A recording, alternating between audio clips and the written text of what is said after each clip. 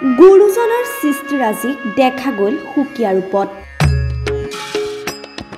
এইবাৰ ব্যতিক্ৰমী ৰূপত নামঘোষা।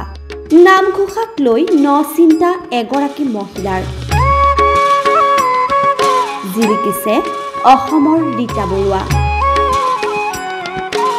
কিন্তু কি কৰিলে তেওঁ?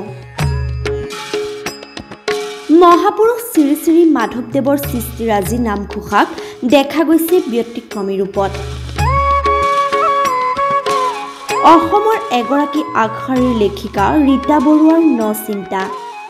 নামঘোষাক ইংৰাজীত অনুবাদ ৰীতা বৰুৱাৰ। নামঘোষাক ইংৰাজীত অনুবাদ কৰা অসমৰ প্ৰথমগৰাকী মহিলা লেখিকা তেওঁ। ইয়াৰ উপৰিও ৰীতা বৰুৱাৰ লেখনিয়ে সমাজত লাভ কৰিছে ব্যাপক সমাদৰ। সমগ্ৰ অসমত নচিন্তাৰে জিলিকিছে এতিয়া ৰীতা বৰুৱা। মই ৰীতা বৰুৱা, যোৰহাটৰ পৰা। শৈশৱৰ পৰাই সাহিত্যৰ লগত জড়িত। অদ্যপৰ্বিত মোৰ 9খন গ্ৰন্থ প্ৰকাশ পাইছে। মৌলিক আৰু অনুবাদ দুয়োটি ধাৰাতে মই সাহিত্য চৰ্চা কৰোঁ।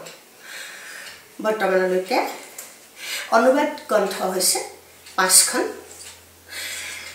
কৃতজ্ঞতাৰ ফুল, গাৰ্লেণ্ড অফ হাৰ্টছ, গীতাঞ্জলি, নামঘোষা আৰু বৃহস্পতিবাৰৰ ব্ৰত। মৌলিক ৰচনা প্ৰেমৰ আছুতীয়া ৰং, অৰহন আৰু জুনৰ দেশত আইৰ হাঁহি, এই 3খনেই আমাৰ কাব্যপুথি। ছাত্ৰ ছাত্ৰীসকলৰ উপযোগীকৈ এখনি তথ্য সম্বলিত গ্ৰন্থ আমি প্ৰকাশ কৰি উলিয়াইছোঁ 3টা ভাষাত, হিন্দী, অসমীয়া, ইংৰাজী।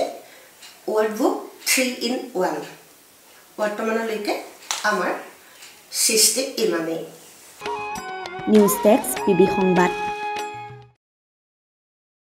ৰাজ্যৰ সংবাদ জগতত নৱতম সংযোজন। আমি খোজ দিম জনতাৰ পক্ষত। প্ৰতিটো প্ৰান্তৰ প্ৰতিটো খবৰ পোনপ্ৰথমত।